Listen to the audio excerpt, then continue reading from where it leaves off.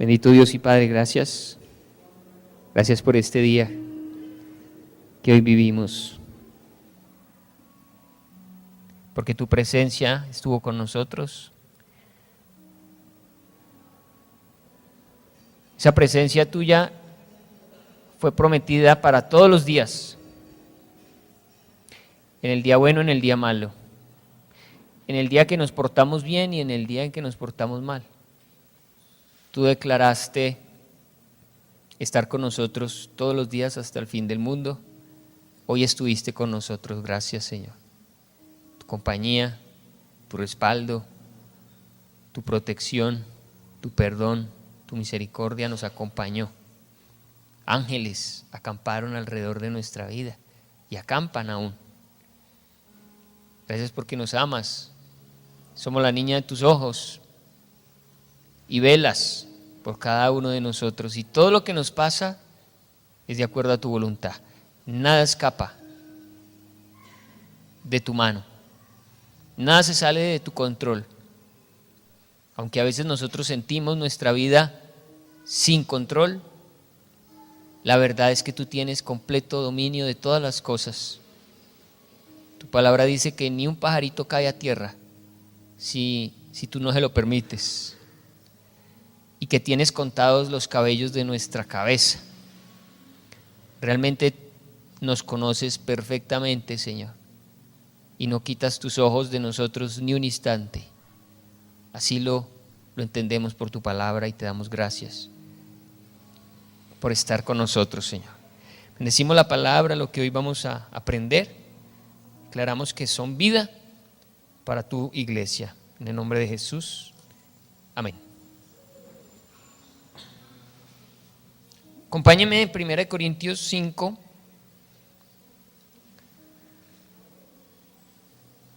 Los primeros 4 capítulos de Corintios nos hablaron de un problema que tenía la iglesia de Corinto, que eran las divisiones. Ahora, lo que es el capítulo 5 y 6, nos van a estar hablando acerca de un problema de inmoralidad sexual que vive esta iglesia. El asunto que hacía complejo el tema, lo habíamos hablado antes, es un gran porcentaje de la iglesia de Corinto tenía como filosofía el hedonismo. El hedonismo es la búsqueda del placer como de lugar. Y un cristiano no puede ser un hedonista buscando satisfacer sus deseos o los deseos de la carne. Y esta iglesia, por su cultura grecorromana y la filosofía de su tiempo, gran parte manejaba el hedonismo. Entonces, el hedonismo, sumado a que había mucha gente muy poderosa en medio de la iglesia de Corinto, había gente muy adinerada. Y por lo general, y creo que hasta el día de hoy se ve, que cuando se trata de buscar en medio de la iglesia un grupo de personas que ayuden a liderar la iglesia, a coordinarla, cuando se va a nombrar una junta, por lo general los pastores, lo que muchas veces nos vemos tentados a hacer es llamar a esa junta a la gente más poderosa, al ingeniero, al médico, al gerente, ¿sí? Pero curiosamente la Biblia, más adelante lo vamos a ver en Corintios, usa al que uno menos espera. Y la iglesia es sostenida muchas veces por el liderazgo de la gente que nadie ve y que nadie tiene en cuenta. Y estas personas poderosas de la iglesia tomaban decisiones, y como eran los duros, y aparte de eso tenían el recurso económico, pues ¿quién se atrevía a llamarles la atención? ¿Cómo le voy a decir a fulanito de tal si es el presidente de la junta? Además es el que más diezmos trae para la iglesia. Yo, ¿cómo le voy a decir que está en pecado? No, ¿qué tal? Se va. o quién sabe cómo me trate. Y en este capítulo 5 pasaba eso. Un hombre de una posición especial en medio de la iglesia estaba en un pecado muy grave, pero ¿quién le iba a llamar la atención? ¿Quién lo iba a llamar a cuentas? Aparte de eso, el hedonismo en medio de la iglesia y la mala interpretación de la gracia de Dios. ¿Cuál es esa mala interpretación? Pues que yo soy libre y puedo hacer lo que quiera. Y resulta que Cristo sí nos hizo libres. ¿Sabe qué nos hizo libres? Del pecado. Entonces, por eso usted que es libre del pecado, pues no puede usar la libertad que Cristo le dio para pecar. Eso, ¿cómo funciona eso? Eso no cuadra. Entonces tenemos esas características en medio de la iglesia de Corinto. Pecado sexual, dominio por algunas personas con poder, temor de algunas otras de hablar, y eso estaba trayendo grandes problemas a la iglesia. Entonces miremos qué era lo que pasaba. 1 Corintios 5 dice, versículo 1: de cierto se oye que hay entre vosotros fornicación, y tal fornicación cual ni aún se nombra entre los gentiles, tanto que alguno tiene la mujer de su padre. Como dicen por ahí, se está diciendo por ahí. ¿Cómo sería el chisme que le llegó a oídos a Pablo, que no vivía en Corinto? Él estaba en Éfeso, y eso es bien lejos. Y le llegó el cuento a Pablo de que en la iglesia de Corinto había mucha fornicación. Tan grave que ni aún se nombraba entre los gentiles. Es decir, ese chisme lo conocía todo el mundo en Corinto. Y usted se imagina lo que es que la gente que no conoce a Cristo, que son los gentiles a los que se refiere el apóstol, estén señalando la iglesia para decir, y dizque cristianos, y pecan con más estilo que nosotros, fornican a un nivel que ni nosotros lo hacemos. Mejor dicho, este pecado era tan pecado que para los gentiles era pecado. O sea, hay cosas que para usted y para mí, por ser iglesia, son pecado, pero para el mundo no, ¿cierto? Hay cosas que el mundo no considera que son pecado y usted y yo ya sabemos que sí. Pero este pecado era tan pecado que los de afuera se escandalizaban, porque ese pecado se llama, que se me olvidó, cuando se tienen relaciones entre parientes. Esa vaina. Gracias. Mire, el incesto es pecado en la iglesia y donde lo ponga, ¿sí o no? En las noticias, que un padre abusa de su hija, ¿cómo lo ve la gente? O sea que el asunto aquí era realmente grave y estaba ocurriendo en la iglesia. Y lo peor, el testimonio. Se está diciendo por ahí, eso está en boca de todos. Todos lo saben y todos están señalando a la iglesia de Cristo. Era preocupante. Versículo 2. ¿Y cómo está la iglesia? Y vosotros estáis envanecidos. Dice el apóstol, ¿cómo así que ustedes viendo la situación están tan tranquilos y no dicen nada y no llaman a ese hombre?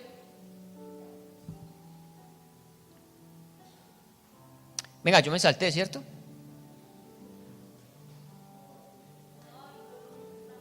Yo dije, ¿tanto que alguno tiene la mujer de su padre? No lo dije. ¿Sí lo dije?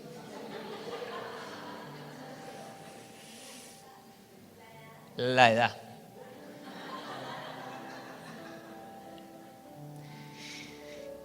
Y vosotros estáis envanecidos. Pues claro, este hombre estaba sosteniendo relaciones sexuales con su madrastra. No sabemos si el papá de este hombre vivía, no sabemos si estaba todavía viviendo con esta señora.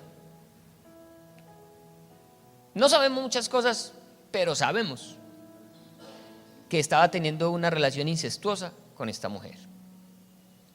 Y vosotros estáis envanecidos. ¿Qué debía haber hecho la iglesia? Dice, ¿no debierais más bien haberos lamentado para que fuese quitado de en medio de vosotros el que cometió tal acción? Ustedes han escuchado que en la iglesia católica se habla cuando un papa expulsa a alguien de la iglesia, ¿eso cómo se llama? Excomunión. Básicamente, lo que el apóstol alcanza aquí a expresar es que esa persona debía ser excomulgada, sacada de la iglesia.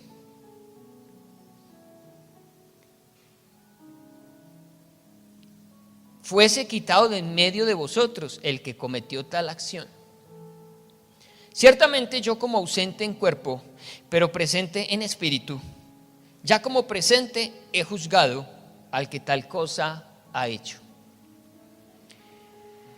En el nombre de nuestro Señor Jesucristo, y es bien interesante la forma en que Él va a usar el nombre de nuestro Señor Jesucristo y cómo lo va a repetir y cómo lo va como a saborear, porque parece ser que estaban usando el nombre del Señor Jesucristo para permitirse pecados como estos, libertades como estas.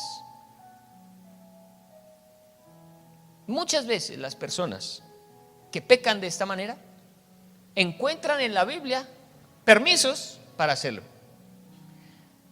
Y por eso logran hacer que los demás no los vean como extraños.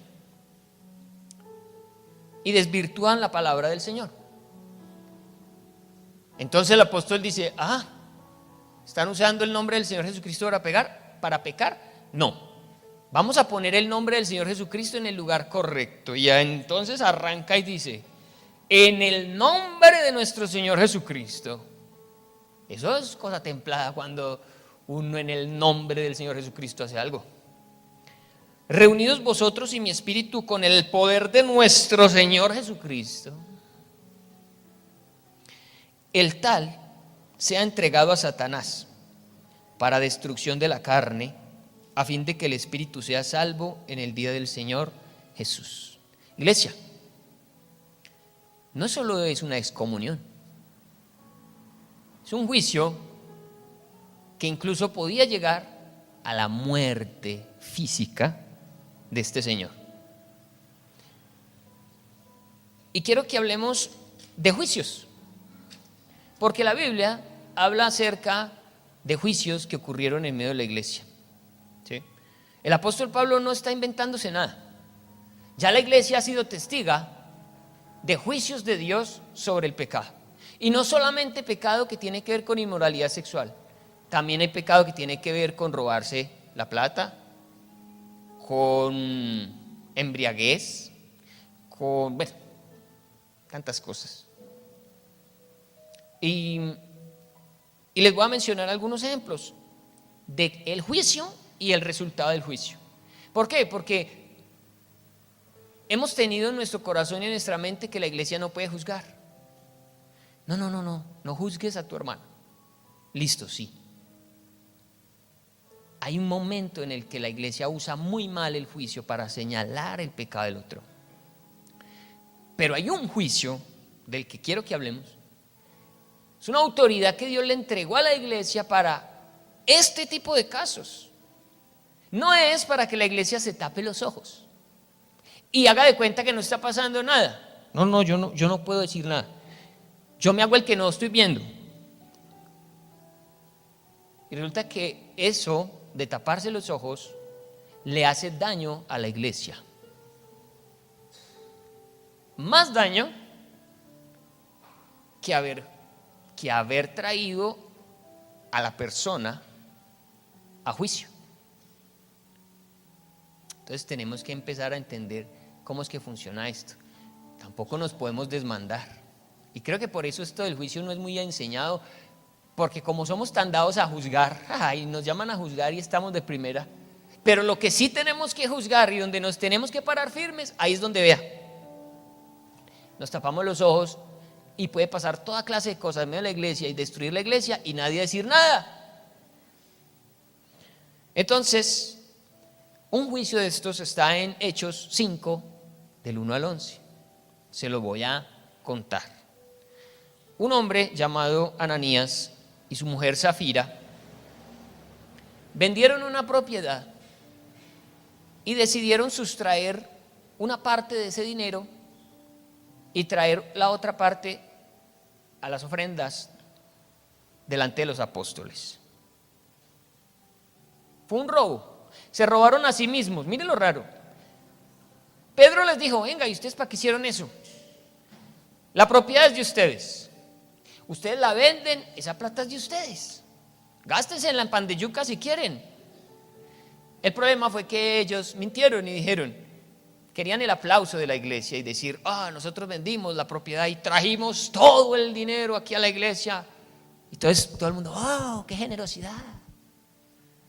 Pero mentiras, que se habían quedado con una parte y la parte que trajeron dijeron que era la totalidad. ¿Para cuántos eso es un pecado digno de muerte? Quizás nosotros no lo hubiéramos juzgado así, pero delante del apóstol Pedro, Ananías y Zafira cayeron muertos en ese instante, en ese momento. Y estamos hablando de el tiempo de la gracia. No es del Antiguo Testamento, eso ocurrió en el tiempo que nos cubre a nosotros como iglesia. Este hombre y esta mujer cayeron muertos a causa de su pecado. Eso es un juicio. Otro juicio lo encontramos en 1 Timoteo 1:20, donde el apóstol Pablo se refiere a un hombre llamado Himeneo y a otro llamado Alejandro. Y dice que a causa de que estos hombres comenzaron a malinterpretar la doctrina, a jugar con la fe, el apóstol Pablo tuvo que también entregarlos a Satanás para que aprendan. En este caso, parece ser que el término para que aprendan no significa muerte. Parece ser que les tocó pasar por algo terrible para que afinaran, como decimos nosotros.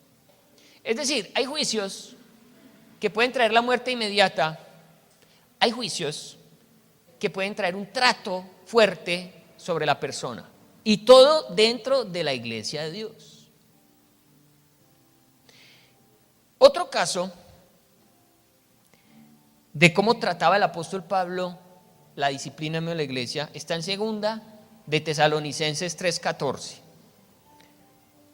2 de Tesalonicenses 3:14 dice: si alguno no obedece a lo que decimos por medio de esta carta, a ese señaladlo y no os juntéis con él. Haga de cuenta como Kiko y Rondamón. No te juntes con esta chusma. Está diciendo el apóstol Pablo que si alguno no obedece la palabra de Dios, la doctrina enseñada por la palabra de Dios, la iglesia debe señalarlo y no juntarse con él para que se avergüence. Sin embargo, dice algo más: mas no lo tengáis por enemigo, sino amonestadle como hermano. Tremendo que la hermandad lleva incluso a no juntarse con alguien por la misma hermandad. Tenerlo como enemigo es una condición que el Señor nunca nos va a permitir a nosotros con nadie, ni con el que más peque. Eso sí no está permitido en medio de la iglesia. Pero el apartarnos de la persona que peca y peca y peca, y que se le amonesta y se le amonesta y sigue pecando, hay que señalarlo. Básicamente es sacarlo de la congregación, pasarlo aquí al frente, decirle a la congregación el pecado que esta persona tiene, señalarlo y que nadie se meta con él. Yo creo que eso no es tan sencillo de hacer en ninguna iglesia, pero déjeme decirle, es completamente bíblico cuando se trata de cuidar la grey, la santidad del pueblo de Dios. Mire este otro, 1 Timoteo 5:20. 1 Timoteo 5:20. A los que persisten en pecar, ¿cierto? Insisten en pecar. Repréndelos delante de todos, para que los demás también teman. Eso es pasar una vergüenza muy grande, pero la Biblia lo permite. Ahora, ¿es mejor eso a caer como un pollo ahí muerto, sí o no? Según el texto, cuando un juicio de esos viene sobre un creyente, es un juicio anticipado, la persona muere, pero su alma se salva, ¿sí? Dice la Biblia que esos juicios vienen para que nosotros no seamos condenados con el mundo. Donde no viniera el juicio, al final de nuestras vidas habría una condenación con el resto del mundo. Pero como somos hijos lavados con la sangre de Cristo, solamente que desobedientes, pues entonces le tendrá que venir un juicio. Juicio que puede ir desde la muerte hasta un trato por Satanás, una cascada que le meta a uno Satanás, hasta ser avergonzado en medio de toda la congregación. Tito 3:10 dice: al hombre que cause divisiones, después de una y otra amonestación, ¿qué hay que hacer? Deséchalo, sabiendo que el tal se ha pervertido y peca y está condenado por su propio juicio. ¿Cuánto pecado permite la iglesia de Dios? ¿Cuánto pecado deja la iglesia que ocurra y se tapa los ojos? La Biblia no lo permite. Nosotros somos muy, ¿cuál es la palabra? ¿Estás olvidándote? ¿Qué? Permisivos. Somos muy permisivos. ¿Y por qué ser tan drástico, pastor? ¿Dónde está la misericordia de Dios? ¿Dónde está la gracia de Dios? Pues déjeme decirle que la gracia está a favor de la grey, y que cuando no se cuida la grey por un solo pecador, dice la Biblia, sufre todo el cuerpo. Es por esa razón que se debe cuidar la santidad en medio de la iglesia, porque como lo dice ahora el texto en Corintios donde estamos ubicados, un poco de levadura leuda toda la masa. Por eso hay que ser tan drásticos.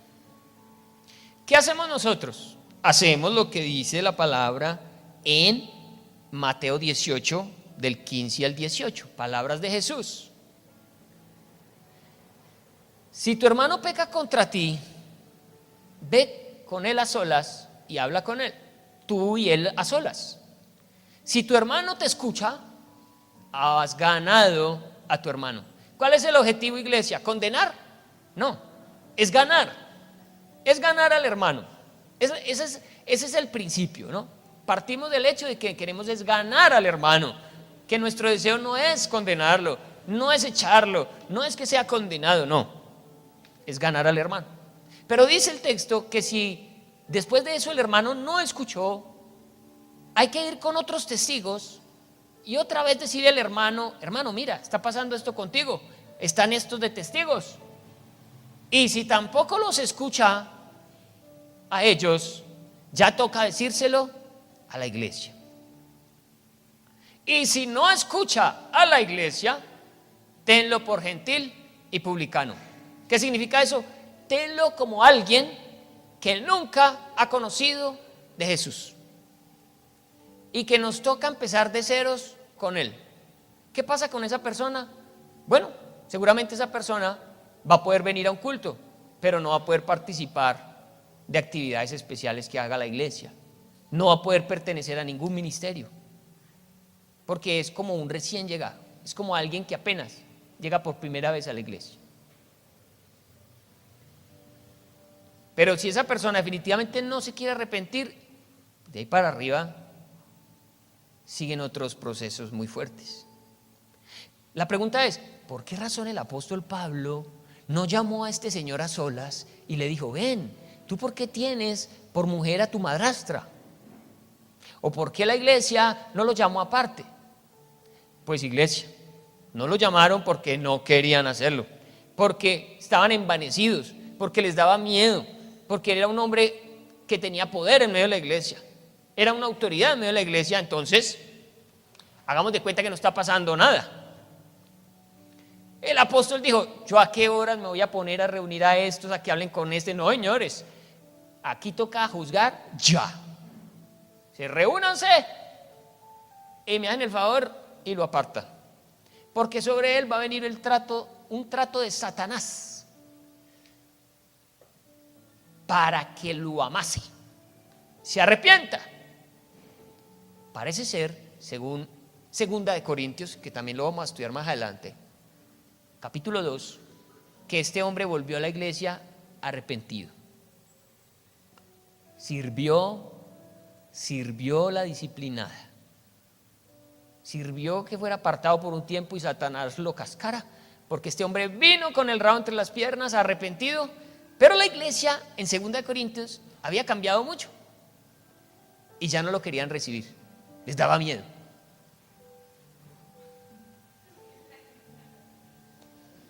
Y el apóstol le dice, venga, recíbalo. Pues, si se arrepintió genuinamente, hay que recibirlo. Y la iglesia lo recibió. Bueno, sigamos. Romanos 16, 17 al 18 también habla de esto. Hay varios textos que hablan de estos juicios. Romanos 16, 17 y 18 dice, mas os ruego, hermanos, que os fijéis en los que causan divisiones. Oiga, que pongan el ojo en esas personas que impiden que la iglesia esté unida, que haya un ambiente sano en medio de la iglesia. Y pongan el ojo a los que causan divisiones y tropiezos en contra de la doctrina que vosotros habéis aprendido, y que os apartéis de ellos. Hay que apartarse de las personas que causan divisiones, que causan tropiezo en medio de la iglesia, porque tales personas no sirven a nuestro Señor Jesucristo, sino a sus propios vientres. Usan la iglesia para saciar sus propios vientres o sus propios deseos carnales. Y con suaves palabras y lisonjas. La lisonja es como una milhoja con arequipe. ¿Las conocen? Arequipe arriba, una cremita blanca. A mí lisonja me suena a eso, a una milhoja. Cuando yo era niño se llamaba tartaleta. No, la tartaleta es más cachezuda que la milhoja. Pero la palabra lisonja significa halago, ¿sí? Dice que estas personas usan palabras suaves y halagos. Ay, cómo está de bonito. Ay, pero si es que no. Uy, pero no. Uy, es que usted me cae súper bien. Mire, la gente que halaga mucho, ojo con ellos. Proverbios advierte mucho de la persona que halaga y halaga, pero por detrás tiene listo el cuchillo. Téngale miedo a una persona que lo halague mucho. Abra los ojos. Porque bíblicamente se conoce que esa forma de actuar trae de por sí o un veneno o un peligro. Y con suaves palabras y halagos engañan los corazones de los ingenuos. Entonces hay que apartarse de ellos. Era lo que la iglesia de Corinto debía hacer con este señor. Sea lo que fuera en la iglesia, lo que fuera, tenían que apartarse de él y dejar el proceso, a ver si se arrepiente.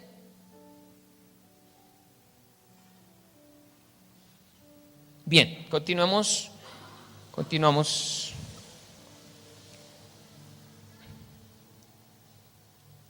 Entonces queda claro que el versículo 5 dice, el tal sea entregado a Satanás para destrucción de la carne, a fin de que el espíritu sea salvo en el día del Señor Jesús. Todo esto es con el fin de que la persona sea salva, ¿sí? Pero Satanás no crea que él va a caer con pañitos de agua tibia. Cuando un cristianito cae en las manos de Satanás, eso es como cuando a usted le sirven una costilla barbecue. Se chupa hasta los dedos. Satanás no lo puede tocar a usted porque el Señor lo tiene cercado a usted. Dice la Biblia que a Job Satanás no lo podía tocar porque había un cerco, dice, hay un cerco. Satanás le dijo al Señor, no, ¿y cómo voy a tocar yo a Job si tú lo tienes cercado a él, a su familia y a lo que él tiene? Mira el cerco tan poderoso que tiene el Señor alrededor de los que él ama. Lo protege a uno, protege a la familia de uno. Y ustedes saben cómo era la familia de Job, los hijos de Job. Los 10 hijos de Job eran unas lacras. Y Dios los tenía protegidos solamente por el justo Job. Y sus propiedades también. Entonces Satanás con ganas de hacerle el daño a Job, pero ¿por dónde? Hasta que Dios le da permiso para que lo haga. ¿Y cómo le fue a Job? ¿Sí o no que fue como costillas al barbecue? Entonces yo no le recomiendo a usted que peque de tal forma amparado en la gracia de Dios, porque esa gracia sí lo va a guardar para vida eterna, lo va a guardar, pero aquí se lo van a chupar hasta el último. Por amor, por gracia y por misericordia ocurren estas cosas, aunque uno no lo pueda entender, pero así funciona. Entonces, no es buena vuestra jactancia. No se enorgullezcan de eso, no se enorgullezcan de que la gracia de Dios está sobre sus vidas, no se enorgullezcan de que ustedes tienen dones, no se enorgullezcan de esas cosas, porque ellos estaban fresqueados, porque veían el poder de Dios en medio de la iglesia. Pero el apóstol les dijo, no es buena vuestra jactancia. ¿No sabéis que un poco de levadura leuda toda la masa? Ustedes saben que usted coge una harina de trigo y con que le eche un poquitico de levadura, al cabo de un corto tiempo, toda la masa está leudada. Iglesia, esto es verdad. Cuando la iglesia permite pecado, ese pecado va a afectarnos a todos. A todos. Cuando se permite un pecado sexual, se le impregna al resto y termina la iglesia en pecado sexual, toda. Por eso el apóstol dice, no, apenas ustedes detecten levadura, sáquenla, porque prima la salud de la iglesia, el bienestar de la iglesia. Limpiaos pues de la vieja levadura, para que seáis nueva masa sin levadura como sois. Él dice, sí, es que ustedes son de Dios, pero aunque sean de Dios, la levadura les puede hacer daño. Porque nuestra Pascua, que es Cristo, ya fue sacrificada por nosotros. Bueno, ¿cómo así? Ahí sí no entendí, pastor.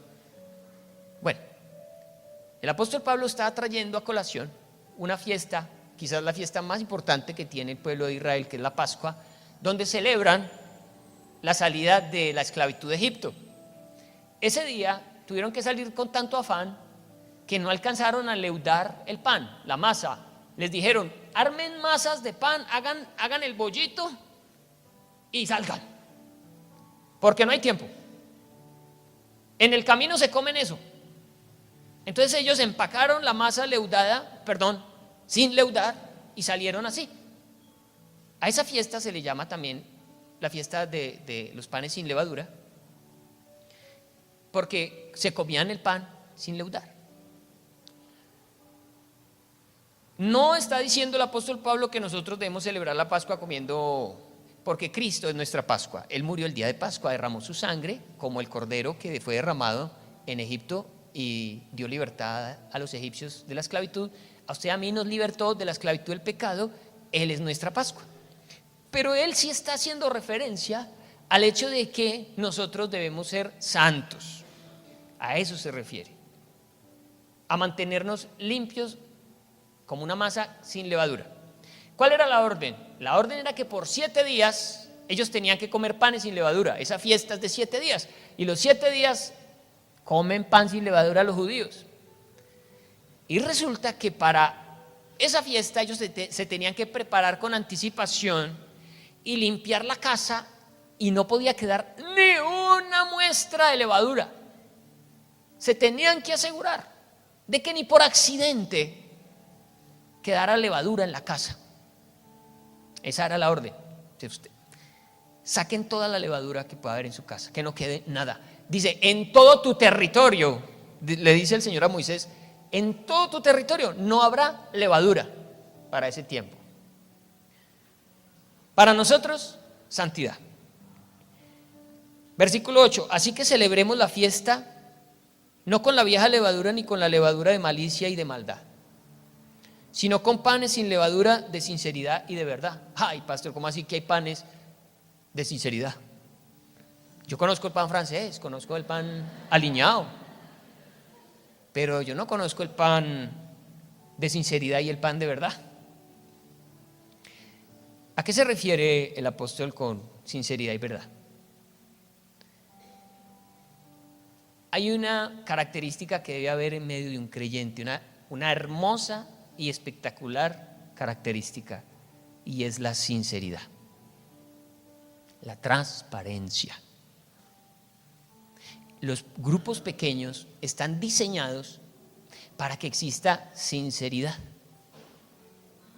¿Cuántas parejas hay aquí que pertenecen al GPS de pareja? Levánteme la mano.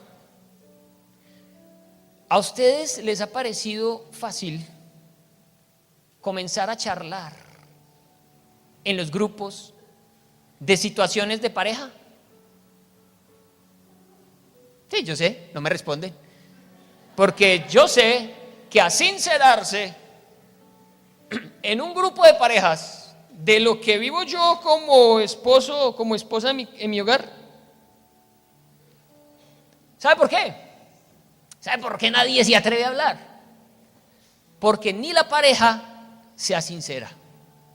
El primer problema es que entre ellos dos no son sinceros. No han sido capaces de decirse las cosas, porque medio tocan el tema y se prende la candela. Amados, el Señor nos va a llevar, hermosas parejas, a que ustedes comiencen a hablar entre ustedes los temas que no han podido hablar, a sincerarse con el Señor y con ustedes mismos.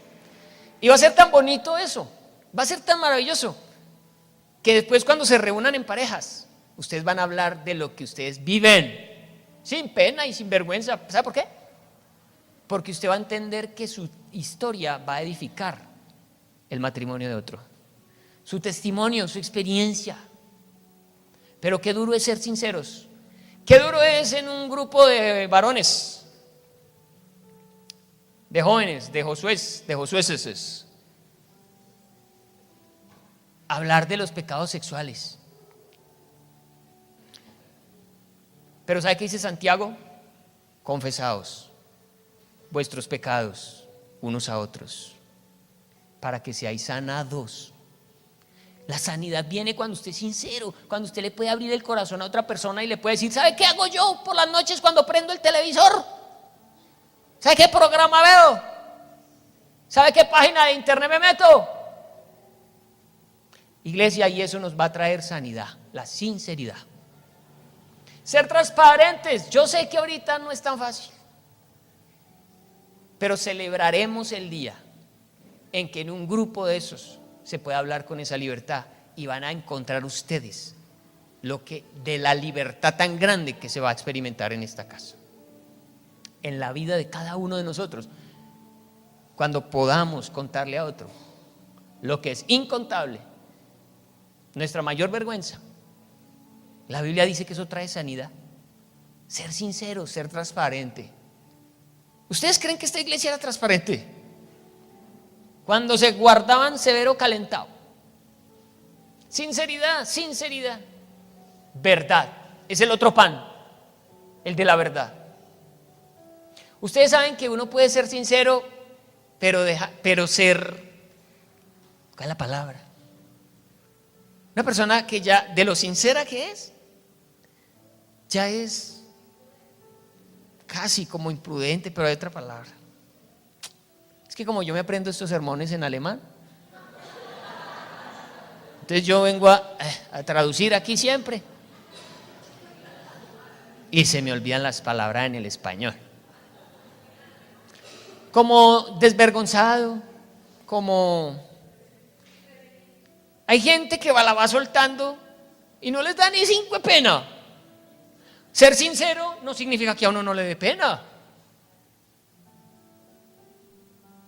Pero cuando uno es sincero y habla con verdad, cuando uno dice, sí, yo sé que lo estoy haciendo mal, porque la Biblia me lo enseña, ahí está funcionando la santidad en medio de la iglesia. No se trata de ser sincero y decir, sí, yo lo hice y qué, y lo vuelvo a hacer, y es que me gusta. La verdad debe estar vinculada también al proceso.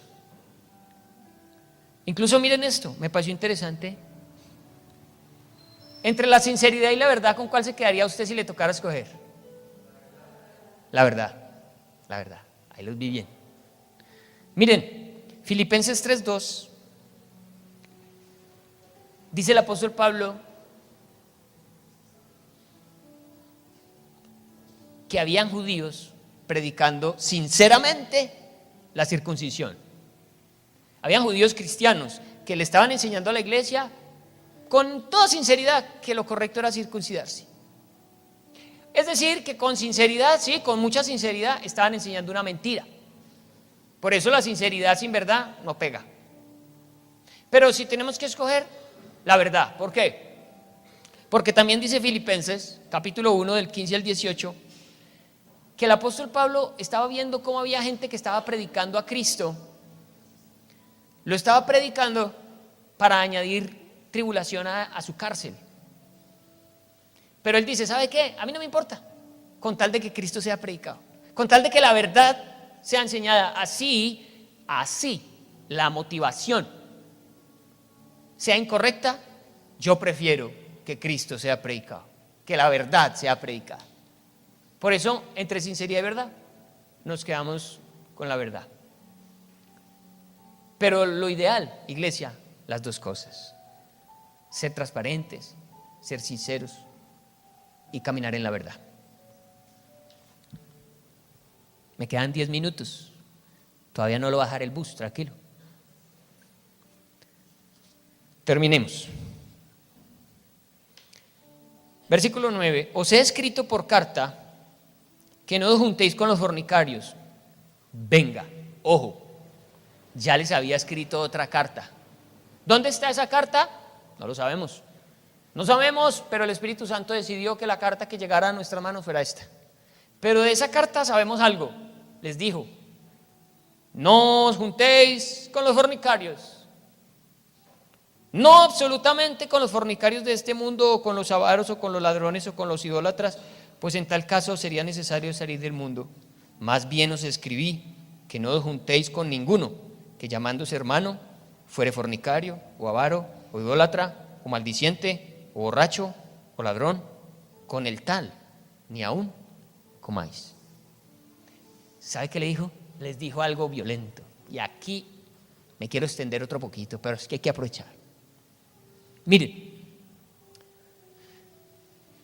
el apóstol Pablo le está diciendo a la iglesia, oiga, ustedes se reúnen, tan bueno, a comer, compartir, pasar tiempo juntos.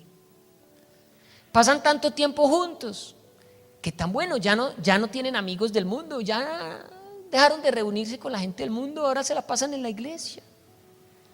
Qué bonito. ¿Y entonces quién les va a predicar a los que están afuera? Eso es lo que está diciendo el apóstol aquí. Él está diciendo, ustedes se metieron a la iglesia y están comiendo con gente que se llama cristiana y es todo eso. Y a ustedes les parece muy bonito. Y afuera, la gente que está sin Cristo, esperando que usted les hable de Cristo, se están perdiendo porque usted ya no sale de la iglesia. ¿Qué nos llamó el Señor a hacer a nosotros en esta tierra? Dos cosas: luz y sal. ¿Dónde pone usted la luz? ¿En el salero? No, mentira. ¿Dónde pone usted la luz? ¿Dónde funciona la luz? ¿En dónde? En la oscuridad. ¿Usted para qué 200 bombillos aquí metidos? Encandelillándonos.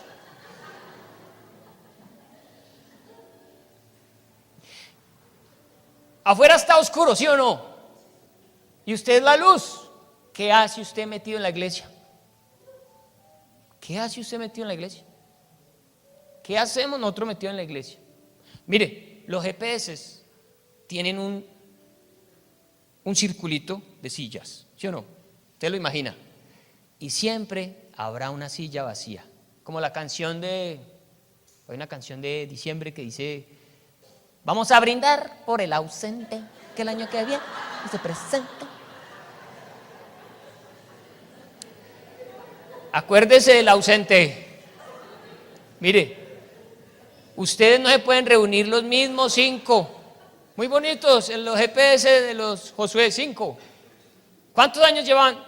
Pastor, llevamos 35 años juntos, los mismos 5. Pasamos de Josué a Moisés. No sirve. Debe haber una silla vacía, porque si el grupo no crece, no estamos haciendo nada. Lo mismo, los mismos con los mismos, hablando de lo mismo, engordando entre nosotros mismos. ¿Para qué? El Señor nos llamó a hacer luz. Y Él está diciendo: ¿acaso yo les dije que no se juntaran con los de afuera? ¿Cierto que dice que debemos juntarnos con ellos? Ay, pastor, ¿cómo así? Ahora sí me enredó. Si a mí me han dicho que yo no puedo ir a fiestas, a mí me han dicho que no puedo estar con los amigos. Le voy a mostrar una fiesta y usted me va a decir qué clase de fiesta era. ¿Listo? Lucas. Ya con esto vamos a terminar. Lucas.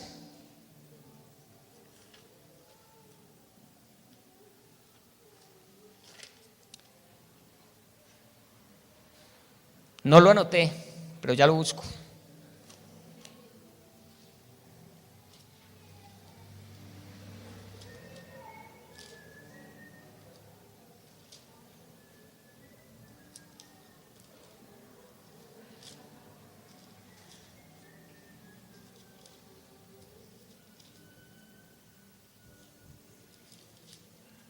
Estoy buscando, para los que me ayudan, el llamamiento de Leví.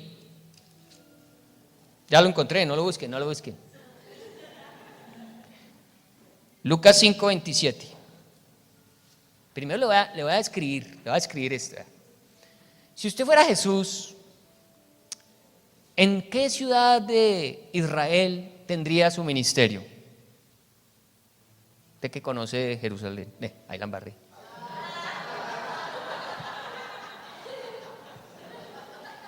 Usted hubiera puesto la oficina en Jerusalén. Claro, la ciudad santa, la ciudad de David. Pero Jesús no tuvo la oficina en Jerusalén. La tuvo en Galilea y en una ciudad llamada Capernaum o Cafarnaún. Una ciudad donde había mucho publicano, ladrón y mucha prostituta. ¿Cómo se imagina usted una fiesta de ladrones y prostitutas? ¿Cómo diría ese parche? Invitaron a Jesús a una fiesta de ladrones y prostitutas. Mire, verá. Lucas 5:27. Después de estas cosas salió y vio a un publicano llamado Leví, sentado al banco de los tributos públicos, y le dijo: sígueme. Recuerde que publicano, en el contexto bíblico de este tiempo, eran tenidos por los judíos como ladrones, porque robaban la plata de la gente, era verdad. Y dejándolo todo, se levantó y le siguió. Y Leví hizo gran banquete. ¿Y a quién cree usted que va a invitar Leví? En su casa. Y había mucha compañía de publicanos. Mire cómo estaba eso. Mucha compañía de publicanos y de otros que estaban a la mesa con ellos. Ese y de otros es gente de mala calaña. Y los escribas y fariseos murmuraban contra los discípulos diciendo: ¿por qué coméis y bebéis con publicanos y pecadores? ¿Verdad? En vez de estar Jesús con los 12, por allá metidito en un cuarto, haciendo el chocolate. No, aquí nosotros no nos contaminemos con el mundo. Venga, comámonos aquí el chocolatico, con el pan. Y les hicieron la pregunta: venga, ¿y ustedes por qué se juntan con esa gente? Respondiendo Jesús les dijo: los que están sanos no tienen necesidad de médico, sino los enfermos. No he venido a llamar a justos, sino a pecadores ¿Para qué va a ir a usted a meterse por allá? Con un propósito: para llamarlos a ellos al arrepentimiento, porque usted tiene una luz. Y le garantizo, usted no tiene que abrir una Biblia y ponerse a predicar. Usted no necesita sino estar ahí. Su testimonio, su vida, su comportamiento, sus palabras, sus acciones, sus reacciones harán que la gente afuera diga: hay un Cristo, hay un Jesús. Podrán ser llamados al arrepentimiento. Yo sé que hay muchos aquí a los que yo no les podría decir con libertad: váyase para esa fiesta. Yo sé, porque tocaría traerlos en taxi. Pero sí sé de muchos a los que les puedo decir: váyase para ese bautizo, váyase para esa primera comunión, porque sé que van a ir a hacer luz. Está mal cuando hacen y encierran a la iglesia en un cajón. No. Tenemos que crecer y madurar a tal punto que podamos hacer como Jesús, meternos en las ollas y hacer que la gente se arrepienta. Eso es lo que usted y yo debemos hacer. Pero claro, ¿por qué en las iglesias se predica que no vaya a esa fiesta? Pues porque sabemos que el cristianito no ha madurado. Sabemos que no lee Biblia, que no ora, que no da testimonio. Entonces nos toca encerrarlo. Pero iglesia, eso tiene que acabar. Tenemos que ser luz. No le estoy diciendo a usted que se vaya a una fiesta a beber ni a fumar. No es eso. Si usted va a ir a esa fiesta es porque usted va a ir a hacer luz. Le garantizo que algo pasa. Exactamente. Usted algo hará en esos lugares.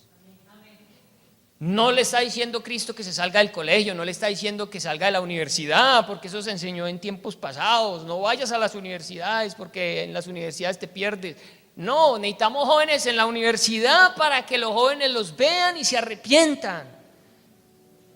Dice el apóstol Pablo: yo no les escribí para que se dejaran de reunir con esa gente, pero sí les escribo para que con el que se dice cristiano, pero toma, pero es idólatra, pero es avaro, pero es maldiciente, pero es fornicario, con ese ni aún comáis.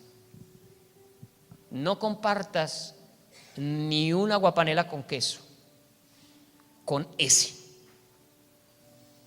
Así es la cosa. Hay que ser luz. Amén. Dice, ya vamos a terminar. 1 Corintios, ya. Aguánteme ya. Que es que si los dejo ir así me queda medio el... Listo. Más bien os escribí que no os juntéis con ninguno que llamándose hermano fuere fornicario, o avaro, o idólatra, o maldiciente, o borracho, o ladrón. Con el tal ni aún comáis. Porque ¿qué razón tendría yo para juzgar a los que están afuera? Pues claro, ¿sabe qué dice el apóstol Pablo? Los que están afuera ya están condenados. ¿Para qué los voy a juzgar? Necesito es salvarlos. La labor de nuestra no es juzgar a los que están afuera, porque Cristo dijo, yo no he venido a juzgar al mundo, yo he venido a salvarlo. Nosotros no juzgamos a la gente que está afuera porque ellos ya están bajo un juicio, ¿sí o no? El no creer en Cristo ya los pone bajo un juicio. ¿No juzgáis vosotros a los que están dentro? Sí, la iglesia juzga a los que están dentro. ¿Cómo? No comiendo con él, no charlando con él, no participando con él, porque la Biblia lo está diciendo. Porque a los que están fuera, Dios juzgará. Quitad pues a ese perverso de entre vosotros. Iglesia, es lo que se debe hacer. Ese que llamándose hermano no está dando testimonio. Pero somos de los que creemos en los procesos. Ojo, hermano, ven, te he visto en esta situación, ¿qué te pasa? ¿Necesitas ayuda? Mira lo que dice la Biblia. Listo. Atendió, gloria a Dios. No, que no atendió, camine, caigámosle entre 3, entre 4. Hermano, mira, te estamos viendo en esto, cambie, mire, arrepiéntase, mira lo que dice la Biblia. Tampoco. Iglesia, ahora toca de sacarlo aquí. Yo no quisiera hacer eso nunca. No quisiera que se hiciera eso. Pero no sé. Por cuidar la iglesia del Señor debemos estar preparados para muchas cosas. Así suenen un poquito duras. Pero prima el bienestar de todos a la voluntad desobediente de uno. Amén. Ahora sí, póngase de pie.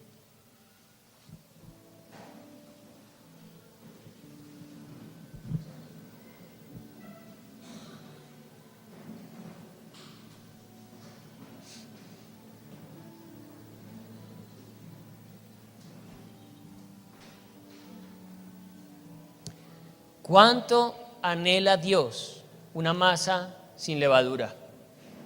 ¿Cuánto ama Dios la santidad de su casa, de su iglesia? ¿Saben?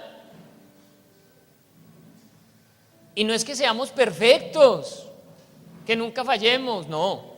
Es que somos sinceros y veraces. Es que cuando necesitamos confesar algo, lo hablamos, lo confesamos. Buscamos ayuda. Buscamos consejo. Y aquí ustedes cuentan con muchas personas a las que se les pueden acercar para pedir ayuda. Gente que no juzga de la forma incorrecta. Gente que va a buscar la restauración. Toda disciplina busca restauración. Amén. Dice Jesús, para ganar al hermano. Para ganar al hermano. Y también, iglesia, tú eres luz, que no se te olvide, tú eres luz. Es tan fácil ser cristiano aquí en esta casa, es tan fácil ser cristiano aquí, pero hay que ser cristiano es afuera, allá es donde hay que ser cristiano. ¿Aquí para qué? ¿Aquí para qué? Allá. Oramos. Señor, gracias por tu bondad y misericordia. Pero también, Señor, por tu autoridad y la autoridad delegada a tu iglesia y el deseo que tienes de conservar a tu iglesia santa y pura, pues has declarado que vendrás por una iglesia sin mancha y sin arruga. Es tiempo para que nos arrepintamos. Es tiempo para que nos apartemos de nuestro pecado. Es tiempo de hacer de nuestra vida, de anexar a nuestra vida el ser sinceros, el ser transparentes. Hoy nos estás propiciando oportunidades de compartir más profundamente entre nosotros. Nos estás dando la oportunidad de salir a la luz. Hoy nos estás dando la oportunidad de confesar nuestros pecados, de ser ayudados, de que haya alguien interesado en mí, que ore por mí, que me aconseje. Padre, la iglesia no puede seguir dando mal testimonio. La iglesia de Corinto estaba dando mal testimonio y lo que hablaba la gente en la calle era terrible. Decían cosas como que en la iglesia se peca peor que en el mundo. Y es el cuerpo de Cristo, es tu amada, es por la que tú vas a volver. Por favor, Dios, que la iglesia sea lumbrera, sea luz, de buen testimonio. No que seamos de esos predicadores que se saben la Biblia solamente. Queremos ser de esos que con el ejemplo predica, que con el comportamiento predica, que con la forma de actuar predica, que con su forma de vivir predica. No es más, ser genuinos, ser verdaderos,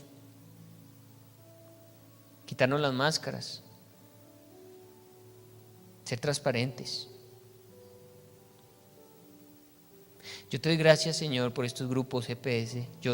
Yo tengo mucha ilusión y mucha esperanza de lo que estos grupos van a hacer en la iglesia, de cómo la van a fortalecer, de cómo muchos van a encontrar refugio, van a encontrar consuelo, van a encontrar un pastoreo cercano.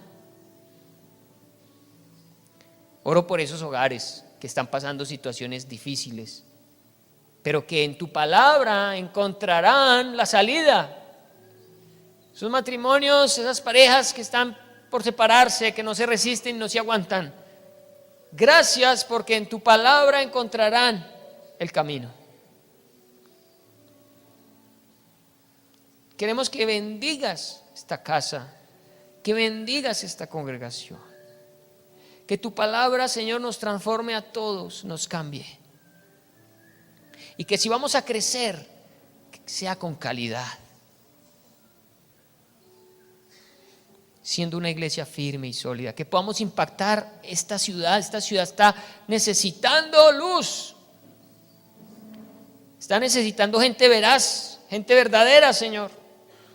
Déjanos ser cristianos manejando, ser cristianos cruzando una calle, ser cristianos comprando, ser cristianos en nuestra casa, en el trabajo. Déjanos ser cristianos. Y Padre, gracias por la disciplina. Declaramos en el nombre de Jesús que la disciplina para nosotros redundará en la ganancia del hermano, no en la perdición. Que todo aquel que sea disciplinado en esta casa por la acción de tu Espíritu Santo será transformado para bien en el nombre de Jesús. Recibirá vida, nuevas oportunidades. Recibirá el amor de una iglesia.